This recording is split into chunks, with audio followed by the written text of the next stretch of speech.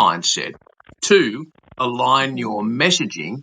And 3, simplify your marketing. So let's start with the soft skill of mindset and mastering the mindset. Where should our audience start? Oh, gosh. If I could I explain the larger piece that this is about that might make it make more sense? So I call this the offer. Okay, thanks. I call this the offer therapy pyramid of success. And if you think of it like a pyramid, right? So you've got mindset at the bottom, messaging in the middle, and marketing at the top. Of course, being marketers, it's kind of like, why is marketing so small? But, and I'll get back to mindset, right? But marketing problems shouldn't be marketing problems. If our messaging is solid, if we're solid in who we are and what we're offering, we shouldn't, I mean, marketing problems should just be a matter of what are we pulling together and let's go, right? But marketing problems get resolved at the messaging layer, offer, and making sure that you know your avatar and the pain points and all that kind of stuff. And if somebody is stuck at the messaging layer, we fix it at the mindset. So big picture context, these things are aligned, but that's more than you can put on a banner. So yeah. All right. Well. So yeah. Yeah, mindset. So we're on Substack, and so our audience are writers and creators, and some are more interested in that's it, and some are more interested than others in monetizing their passion. So let's start with mindset. I like the idea of starting with mindset, and some need help with mindset. I don't mean to be judgmental there, but some digital creators and writers even have a stuffed mindset, as far if I can put it into the Australian vernacular. Their mindset is stuffed as far as monetizing. So yeah. So how do we help them?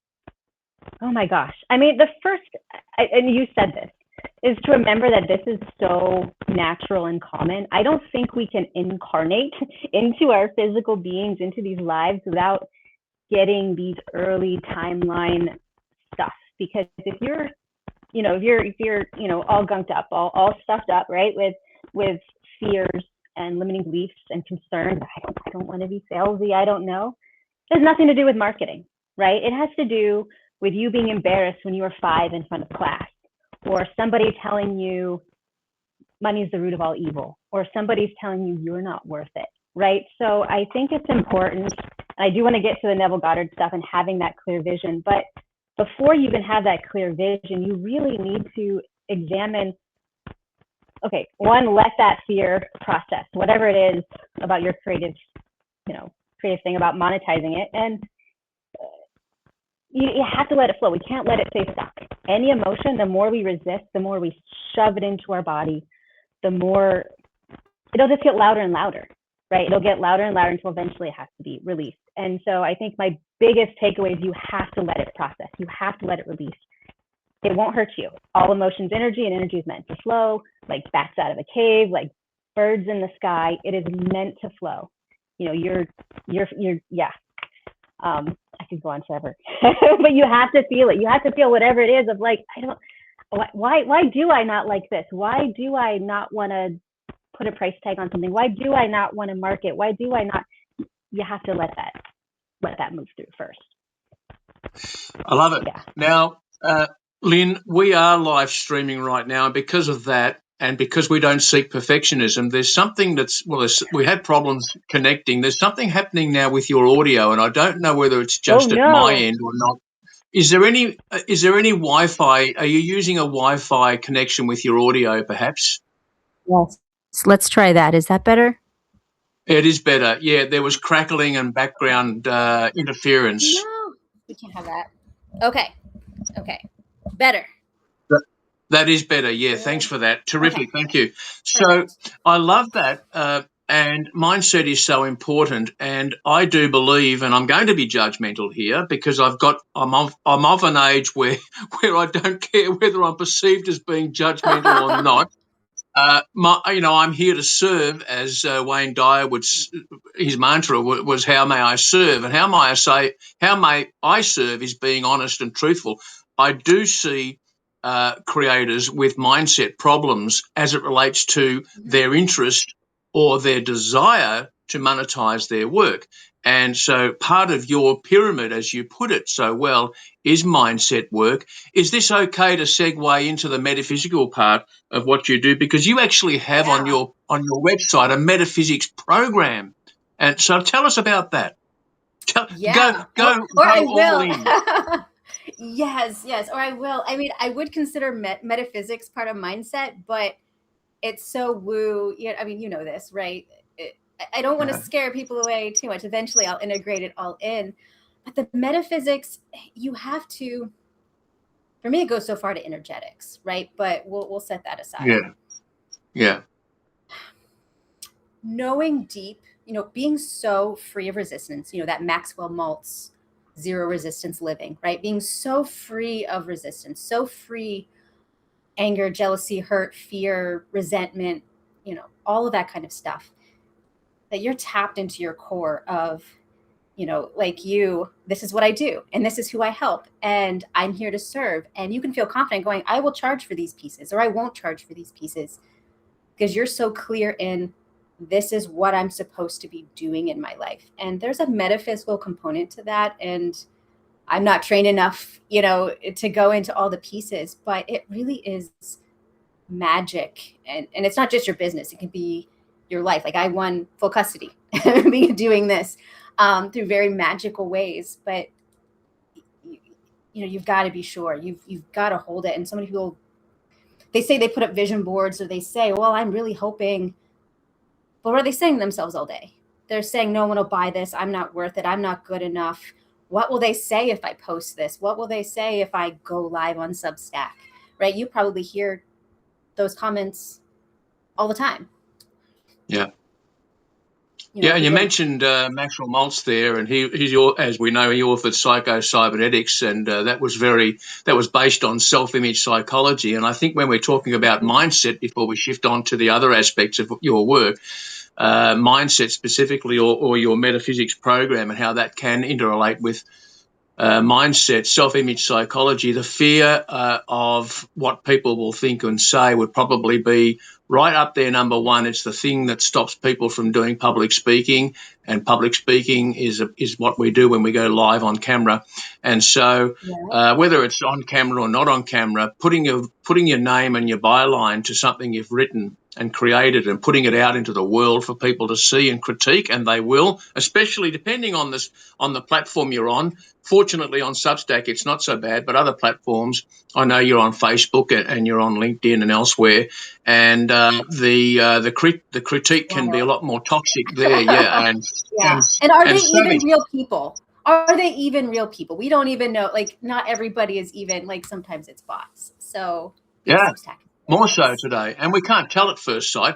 Well, Lynn, now, look, let's just talk about some of your credentials. I've got it all here, so you don't need to prompt me. No. I've got it all here. And you are so well credentialed, and we have some things in common as far as where your credentials have come from. So I'm just talking here to our viewers here, not only our live viewers, and we thank our live viewers who are with us right now, but those, Lynn, who are watching the recording or listening to the podcast as it's been recorded after the event. Lynn, you were involved in technical writing in the corporate world, and then you branched into copywriting, more specifically direct response copywriting, around about 2015, about 10 years ago, and you discovered AWAI, American Writers and Artists, Inc. And so you did their six-figure copywriting course. Tell us about that, and how was that as an introduction to copywriting and direct response copywriting specifically 10 years ago? Take us back then. Oh my gosh. And were you in AWAI? Did you take their courses too? Nice. Yeah. This course doesn't exist anymore. I'm so glad I have the digital files. That was interesting, because you think 10 years ago, the internet's really going. HubSpot's becoming big. ClickFunnels is starting to hit the market. This whole idea of digital copywriting is hitting the market. So that course was interesting, because it was all the classics of direct response, classic long form sales letters, what's an advertorial, these are the books you should read, introducing us to all the names. But a lot of the work was digital. So I'm glad I went to AWAI to learn some of those basics. And I'm still relearning. I mean, my library is all over the place, but relearning the basics and going back to, well, what if I sent a direct mail letter today? But it was robust. That was a robust training. What was it? Over 1,000 pages or something, and lectures and assignments. And I did use the assignments to help land my first copywriting job with CEG Worldwide. It was a financial advisor coach. That was my first job out the gate. So, yeah. And did I read it right? You printed out 800 pages of the course of the six figure. So this was my limiting belief. My limiting belief early on was that it was actually a core birth wound. I have released like an onion of, I need to be totally prepared before I can move forward. So I'm one of those people, I have power words on note cards, like a whole stack of power words. I printed out AWAI. I took all of the courses. I have forgotten everything that I know about marketing and copy at this point. I over prepared, and only now I'm like. You've also had an interest, and you've been certified in NLP, neuro linguistic programming. So does that what you've just shared with us about printing out cards? Are you more visual, or you're more auditory, or you're more feeling and kinesthetic? Great question. I am visual kinesthetic, and I use this in copy. If you're not using NLP in copy, I think you are. I don't know how you're writing copy. I don't know how you're writing in brand voice. I don't know how anybody does it without understanding VAK. I will. That will be my plant the flag. You have to use NLP, especially the understanding of submodality. So I'm visual kinesthetic, almost no auditory. How about you? Oh, good one. Very good of you to fire back a question on me like that. Let's just say, let me be the host and you be the guest. All right.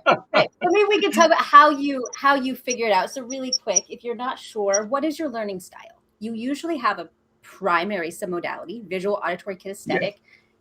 And you usually have a secondary. Most people do not use their third at all, but some people are more even. Oftentimes you'll mirror one of your parents, but not always. I have children who are primary auditory and some who are primary visual.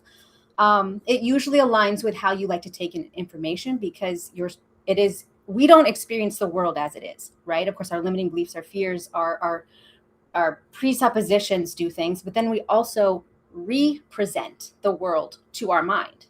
Some people see pictures, some people feel things, some people, I don't have an inner monologue, for example. I'm so low auditory, I hear music, I don't hear words.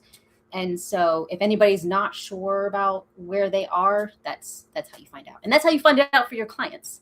You listen to their words, you see, are they using visual words? Are they using auditory words? I have a client, I map this when I do brand voice. I call it the brand voice playbook. Actually, I'll tell a better example. I had a client when I was working at the Facebook ads agency, 5 other copywriters. Couldn't get her voice. She's like, nope, this isn't right. This isn't right. This isn't right. We're going to fire you. They said, Lynn, you're our last stitch. You're last, Obi-Wan Kenobi, you're our last hope. So I came in and I spotted instantly the problem. Now I'm going to slow down. I'm visual, so I'm talking really loud, quickly. I'm going to slow down. She was an embodiment coach. So you hear embodiment, right? Embodiment coach. So she's doing stuff like this, and her voice is deep and breathing slow and down in her body. She used almost entirely kinesthetic words, but the copywriters who were visual and didn't know NLP kept giving her mostly visual words, copy that was perfectly good copy, but it was do you see yourself and imagine and visualize, when her language was lay a path, build a business, open a door. So I just shifted the copy to kinesthetic, and oh, this is great. Oh, you're getting it. And easy stuff. But this is magic. It's not magic, but it's if you don't know to pay attention to it. So Well, it is a bit of it is a bit like magic. I actually am deeply into it yourself. I have a diploma in uh, hypnosis, but not like the diploma you Nice. get for $10 online. This was clinical hypnotherapy, and of course, I studied Ericksonian hypnosis, hypnotherapy, and his scripting, and so where it all began, and et cetera, et cetera. From our writer's point of view, so from our audience's point of view, when they're writing marketing material, if they are writing their own marketing, so it's all very well to create our own products. That's fantastic. But then we need to market our products if we're going to present them to an audience that wants and desires to buy them. Pull out their credit cards and give you their money. I mean, that's what it's all about. If you're going to be monetizing, Yeah. let's just touch on that a little bit more, and then we'll move on. The three predicates of NLP, as you say, visual, auditory, and kinesthetic, the feeling. And you mentioned that story then about how the writing was appealing to one dominant predicate, but the target was the target market had a different dominant predicate, and you adjusted the writing for our audience. Is there such a thing as safely covering all three predicates in our marketing material? Okay, tell us about that. Yes. Tell us about that. Yes. So in my case, we had to get the copy to be accepted by the client. So I shifted about 90% kinesthetic. And in that point, I had to explain to the client, to your point, your audience is not likely as kinesthetic as you are. Now, she didn't have language for this, right? Once I gave her language, I said, okay, will you let us shift it? Because really you should. I mean, most people are not primarily kinesthetic. Most people are visual or auditory, and you want to paint the picture and mix it up. To your point, you want to find the appropriate mix, and this depends on the brand. Now, if you're a creator, you're an artist, use your voice. Right? Your voice is perfectly fine.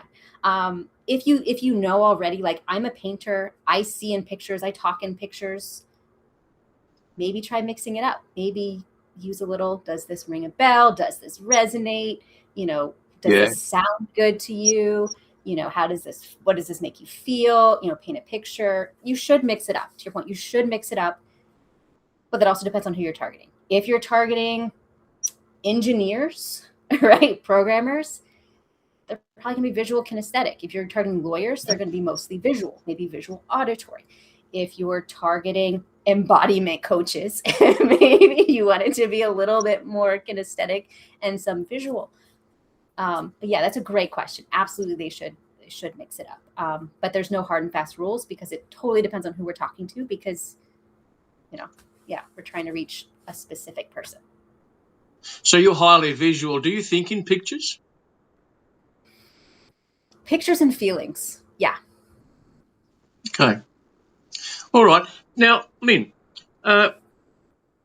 let's move on from mindset, metaphysics. We've touched on that. We can't cover everything in 30 minutes or so. There's so much to your... Yeah, I know. Why haven't we got more so much time? I know. Marketing without selling one's soul. Okay, let's touch on that because this is something we see and hear. Oh, see and hear, predicates. This is something we see and hear. There we go. You just triggered me to be aware. And awareness is great, noticing and then noticing what you're being aware of. So we see it a lot on Substack, don't we, and elsewhere, how people who haven't come up through a marketing or sales background feel icky just at the whole idea of selling.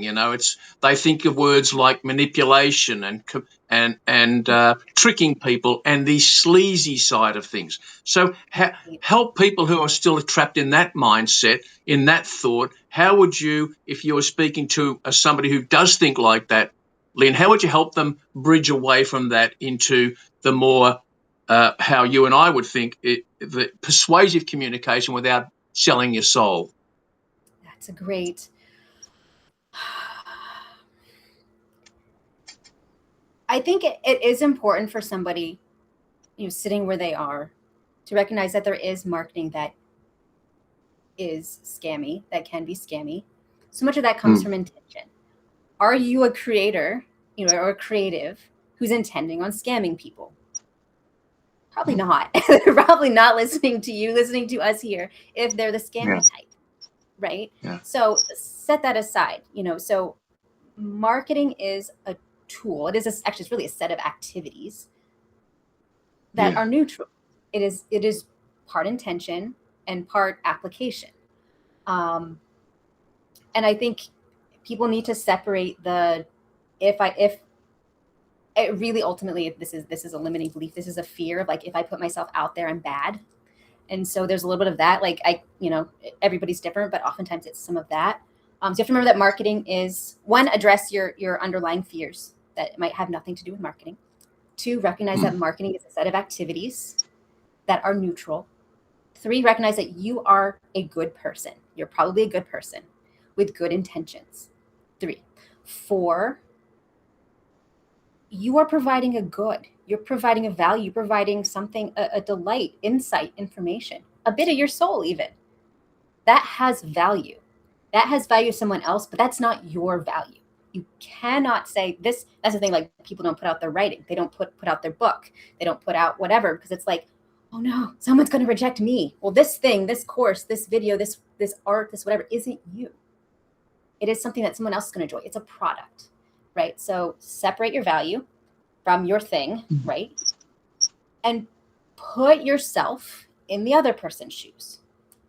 Do you appreciate art, right? Would they appreciate a book or a piece of fiction or a PDF? Like, I was reading your PDF, one of your puddle PDFs earlier. I'm inspired now. Is it a value, right? And if you know, and I had a video about this earlier, if you know that what you provide, what you do, whether it's a service or a product or whatever, has a value, can transform someone, well, you can quantify that, right? And it is your duty. You and I both know it is your duty. If you know that you're going to change their life in some way, it's your duty to offer it and to sell it, right? Because that's an exchange of energy. That is a fair exchange of energy, an exchange of value. Yeah, that's, I mean, it's so hard without, like, personally talking someone through it, but those are the broad steps of, it's not about you. Like, your pricing isn't about you. Marketing isn't about you. It's about them. People kind of have to get out of their own way a little bit and stop making it about them. So this is something you've been doing as a self-employed writer, creator, marketer, agency owner for the last 10 years, right? Am I right? Off and on. I often get sucked into these long-term retainers. Like, I just got off of 5 years of high-level retainers where I wasn't doing trading and selling. 5 years? Yeah. I was a senior copywriter and then a copy chief. And it was always like, no, I'll get to my thing next week, or I'll do it after work. And then, I was managing like 5 webinars a month. Like, there was no time for my own stuff. But yeah, I've been doing this. Nuts? Yes. Wow, that would have. I don't like the thought of it. But look, you must have the resilience of an elephant, because I don't know whether I could handle that workload. So well done. All right. So you've mentioned copywriting, copy chief. Explain to our viewers who don't understand what a copy chief is.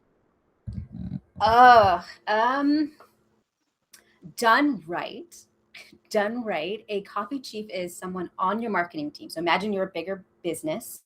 You've got enough of a marketing team that you have several writers. You're doing maybe advertising, creative, VSLs, webinars. You need production. A good copy chief on a good team is managing writers, directing them. Usually they have more experience, so they're a senior copywriter, and they're mentoring writers up. That's what I think leadership is, right? You're mentoring people up, increasing their skills, giving them feedback on, like, hey, try this. With enough time, you're actually collaborating on ideas, on big ideas, on what worked last time, what should we do next, editing their work, and just ensuring that the quality is even, so that everything sounds like the brand, everything's, hitting goals, timelines, that kind of stuff. Just for our viewers watching live, Lynn, and also watching the replay, at this point, just in case somebody's interested to learn more about you or to find out how to work with you, where should they go online? Where would you want them to look? LynnSwayze.com. LynnSwayze.com. I'll put that in the show notes. You also have a domain name, theexpertscopywriter.com. What's the Experts Copywriter about? That should go to Lynn Swayze. This is me playing with branding. I also have OfferTherapy and energysensitive.com. It's a positioning, isn't it? The copywriter for experts. It's still part of it's still a string in your bow at the moment. Yes. I only work with experts and expert brands, so founders. Founder-led businesses. Yeah. Now you made I see you quoted on an interview you did with AWAI that you went deep. Well, you would expect me to, wouldn't you? Yes. So I see there that you made a conscious choice to go into B2B, business to business, as opposed to the other, which you'll explain. And it's because that's where the high value is. And when I say high value, I do mean bucks in your pocket. I mean, let's go back to monetization again. I don't mix my words here. This is really that. So the high value for a copywriter, as far as payment goes, is corporate work. Absolutely. Is that still the case? Bottom line here with AI today. I'm not the expert to know much of anything about AI and how copywriters are faring. I do know that if you're so B2C or business to consumer or any more e-commerce, if you're an e-commerce copywriter, someone who's writing, say, supplements, all the crazy stuff, right? Supplements, products, beauty products, things where you're expecting to sell it to a person and it's high volume, that anymore tends to be higher paying just because those businesses are testing more. The volume of ads they're running, the volume of VSLs, YouTube videos, emails, creatives, all of that is just so high that AI still isn't working well enough for those brands, the ones really testing it, that you're still going to get paid better. Most of the highest paying copywriters are usually selling emails or e-commerce. So. And if you're on a call, like you and I are on a call now on video, if you have a client, a one-on-one client, do you do one-on-one work these days? Yeah. So you're one-on-one with a writer who's perhaps an established copywriter somewhat, or they're starting out as a copywriter, and they say, Lynn, I'm getting knockbacks because people are telling me that they just use AI now, and I really don't know what to do. How would you help them? If they're saying that, they position themselves as a commodity. So you think of positioning as a commodity and positioning as an expert, or authority and commodity as two separate things, right? If they're telling me that, I know right off the bat, they probably have no specialty. They probably have no unique mechanism. They probably don't have a productized offer in any way. Their sales conversations, they're probably just pitching, hey, I'm a copywriter. Do you have anything? They're not positioning in a way that connects what they're doing to value, what they're doing to ideal business outcomes. And so, of course, if you're positioning as a commodity, your competition at this point is AI. Yeah. So yeah. Right. I guess I wouldn't be surprised. I would be talking about all those things that they're not doing. And yeah. That is at the heart of it right there. And even our friends on Substack who are perhaps just solopreneurs, established or otherwise, but finding it even harder to break through with sales volumes like they might have had 5 years ago, or if they're just starting out, just getting any sales and traction whatsoever. You're saying that don't look at the audience first, look at yourself and how you're positioning yourself. And do you have a niche specification? Do you have a unique selling proposition? It's all the old stuff that you and I have grown up with as copywriters in the age of copywriting. Do you have info products? Info products still work. Do you have it always amazes me. And here's where I'm going to be judgy, right? Like you're a marketer or whether you're a content writer or a copywriter, if you're not practicing what you sell, one, what are you doing? Because you have the greatest skill set there is, which is marketing. Marketing is needed in a recession. It's needed in a small business and a large business. You have the money-making skill. So if you can't do it for yourself, you don't know the fundamentals, or you need get somebody to help you, get perspective so you can apply the fundamentals. But two, it is your greatest point of demonstration. Like, build a brand, like you have a specialty. You have a specialty with Substack, going live, teaching them to go live. People can look to you and go, I know exactly what he's all about. They know when to turn to you. You become more valuable and you have products around it. And any content writer, copywriter, the work is still out there. There are still businesses that don't have a website. There are still businesses that would send direct mail if they knew that there was somebody who could help them. There's still businesses launching webinars. They tried AI and it's not working. I do that even. Go to the businesses. Does your AI copy suck? Like, I can help you fix it. And then you rewrite it because it just throw it in the trash. Yeah. I've actually seen that. I've seen, Lynn, some established copywriters doing that now, positioning themselves as the guy or the girl or the person who will fix your AI slop for you. Ugh. Hey, am I right? Yeah. I've edited AI copy and it is like soul sucking because you might have started there. But yeah, absolutely. Brands need this. And I think going back to mindset, when you are fully aligned and optimistic, like this is what I'm doing. I know what I'm doing. I know what I'm about. I know the value I provide. I know who I provide it for, right? All you see are opportunities. Who else could I tap into? Could I send a direct mail letter? Could I send emails? Should I reach out to my network? I'll put out more content. No one's buying this week anyway. I'll just put out content, right? Or I'll go talk to people. All you see are doors, right? So there shouldn't be a problem, right? Or use your skills to sell a product, and now you've used your skills. You're still using your skills as a copywriter, content writer, marketer. Which is why I say it's a mindset issue, because if all you see are closed doors and all you see are what's going wrong and no one's buying from me and the world is ending, that has nothing to do with reality. We have, I don't know, this is the optimist in me. Like, if you are so aligned, you should only see opportunities. If you aren't seeing opportunities, then you need to look into here and here, like what's off, because there's still plenty of opportunity. It's there. But you might have to shift something. You might have to shift how you show up. I don't know. Yeah. Like, yeah. Well, you've shown up here with us. I don't know. Yeah. You've shown up with us, Lynn, and you know what? Your energy, it's palpable. I can feel it. And you mentioned the word optimism and optimist, and it's so good to be speaking with someone who has let's just put aside the cynicism of half glass, half full, half empty. You got to be a realist. There's so much shit going on in there. I don't mind swearing on my own podcast, by the way. There's so much shit going on. There's so much shit going on in the world today. How could you possibly be positive about? No.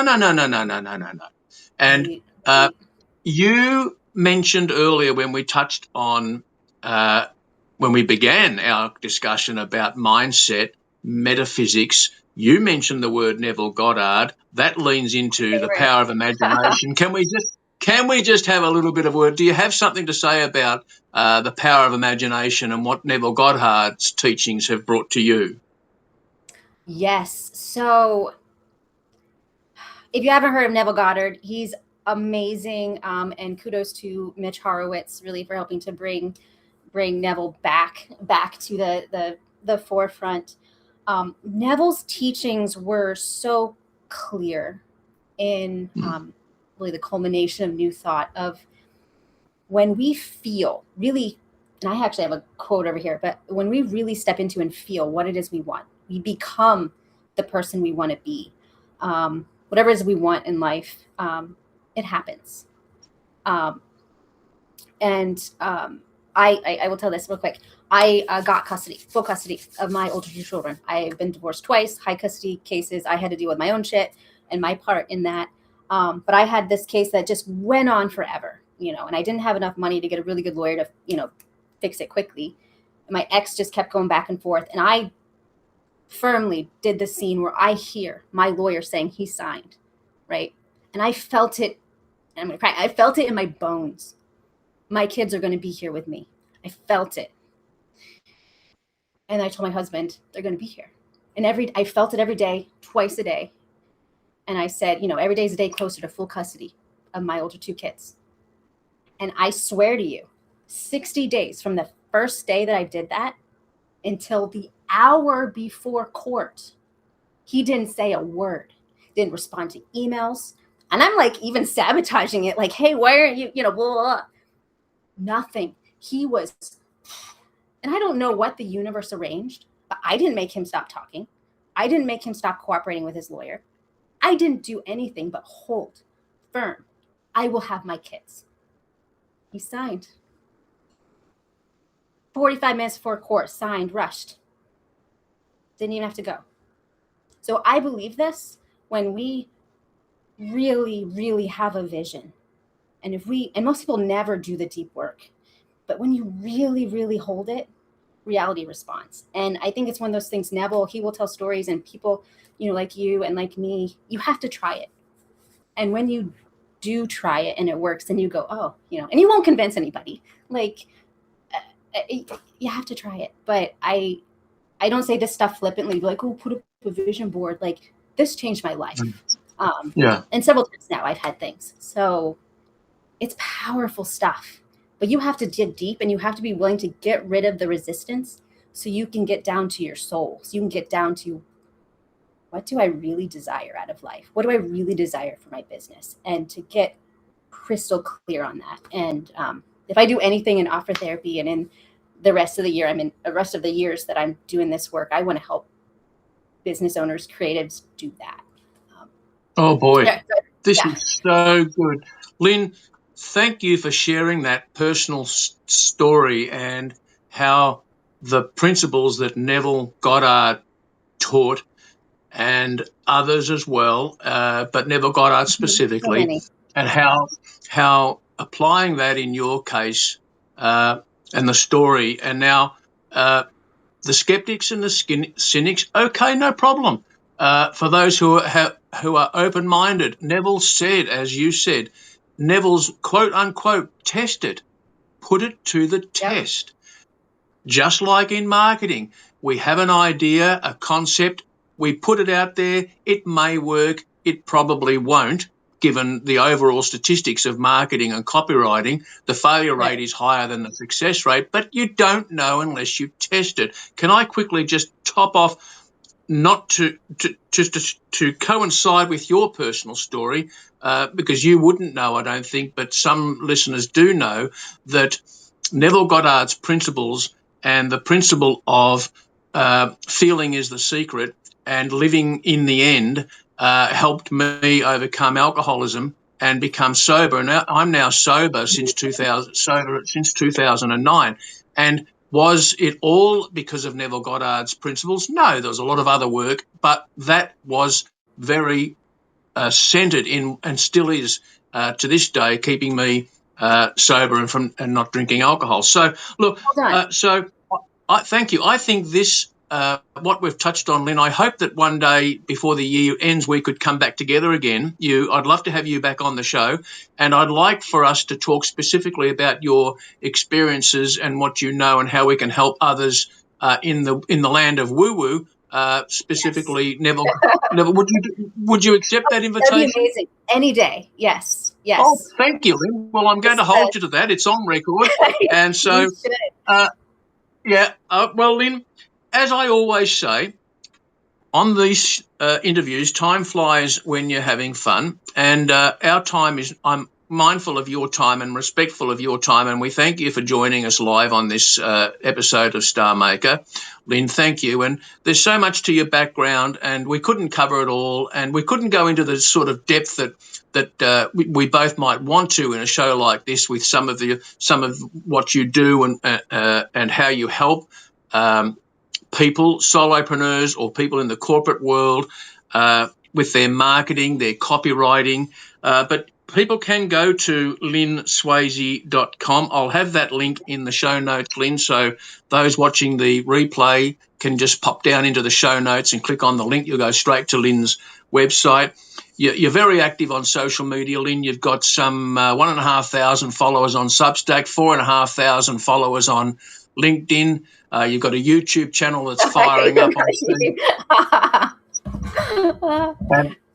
And you've got a lovely garden. No, I wouldn't know what your garden looks like. I haven't gone that far into the research. Lynn, would you like to leave a parting message for those? Because the title of the show was Marketing Your Creative Passion Without Selling Your Soul. What's your parting message for those viewers that need some inspiration? Because you're the lady for the inspiration right now. Miss Positive, I tell you what. Yeah. I think it's, you can do it. Like, whatever, I believe that desire finds us. I believe our future finds us and kind of goes backwards. So if you have a desire for something, even if everyone says you're crazy, like, I think that desire amounts. Like, it is there for a reason. And I know you can do it. And just do the thing. I tell them, just do the thing. But really, just do the thing. Because if you can't be confident in your vision, who will be? Right. So yeah, that's my parting inspiration for the day. I love it. I love you. I love your message.